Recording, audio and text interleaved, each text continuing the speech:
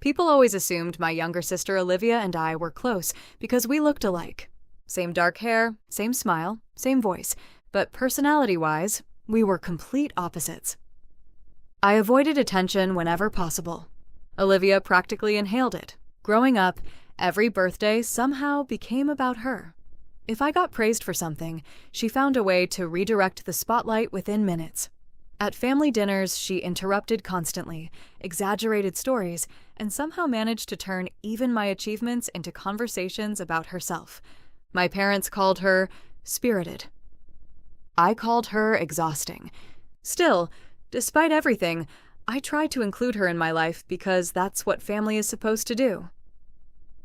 So when I got engaged to Daniel after 6 years together, Olivia immediately inserted herself into the wedding planning process, like she'd been elected project manager. At first, I appreciated the help. Then, things started getting weird. She criticized nearly every decision I made. The venue was too plain. The flowers looked cheap. My dress was safe. Meanwhile, she constantly talked about how she would plan her future wedding someday.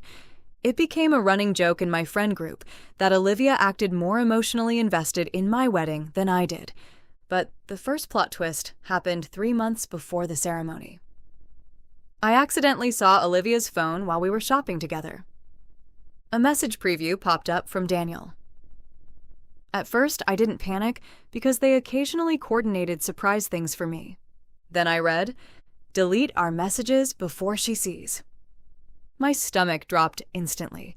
That night, I barely slept. The next morning, I checked Daniel's iPad while he showered.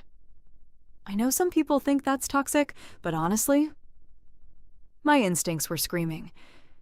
And they were right.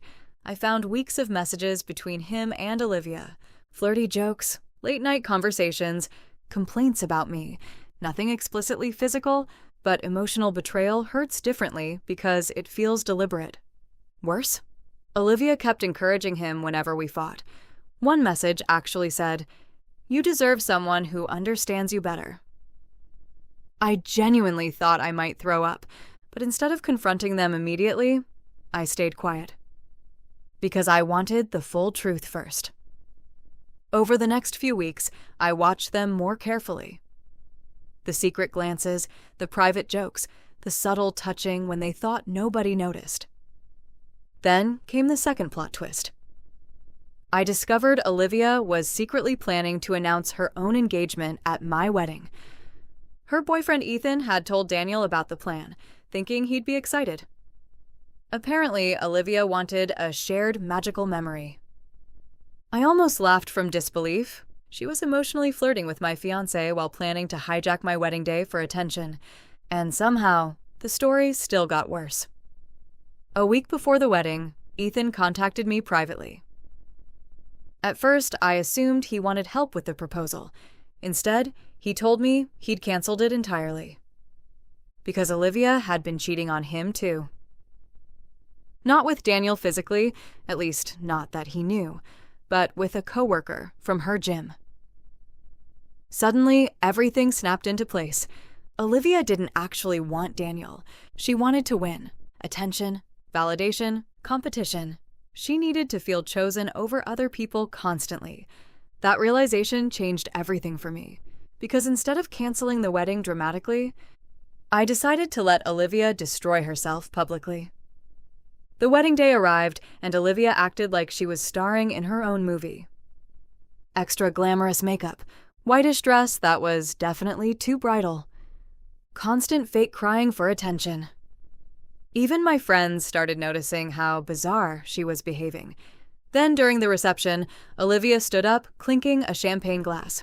And I knew immediately, this was the proposal moment. The room went quiet as she smiled dramatically beside Ethan. Except Ethan looked horrified. Before Olivia could speak, I calmly stood up first.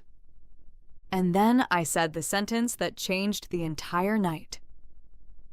Before Olivia makes her announcement, I think everyone deserves to know why Ethan almost left her last week. Silence. Absolute silence. Olivia's face dropped instantly. Then I pulled out printed screenshots. Not of her messages with Daniel. Of her messages with the coworker, because honestly, destroying my relationship was one thing. But humiliating Ethan while planning a fake fairy tale proposal at my wedding pushed me over the edge. The room exploded into chaos. Olivia started screaming, my mother cried, Daniel looked physically sick. And Ethan? He quietly walked out. Then came the third plot twist. Daniel admitted afterward that Olivia had initiated almost all the flirting. He confessed he enjoyed the attention and emotional connection, but insisted nothing physical happened. Ironically, hearing that made me realize I didn't care anymore. Because even if he hadn't cheated physically, he still betrayed me emotional. So I ended the engagement that same week. And somehow, that became the best revenge payoff of all. Because Olivia lost everything at once. Ethan dumped her, my family finally stopped defending her, relatives started distancing themselves, and people who once adored her suddenly saw through the performance. Meanwhile, I kept the honeymoon booking, took my best friend instead, and spent 2 weeks in Greece, realizing how peaceful life felt without constantly competing for love and attention. Last month, Olivia tried reaching out again. She sent, I think we both made mistakes. I stared at that message for a long time before deleting it. Because no, we didn't both make mistakes. She made choices, and eventually, those choices finally caught up with her.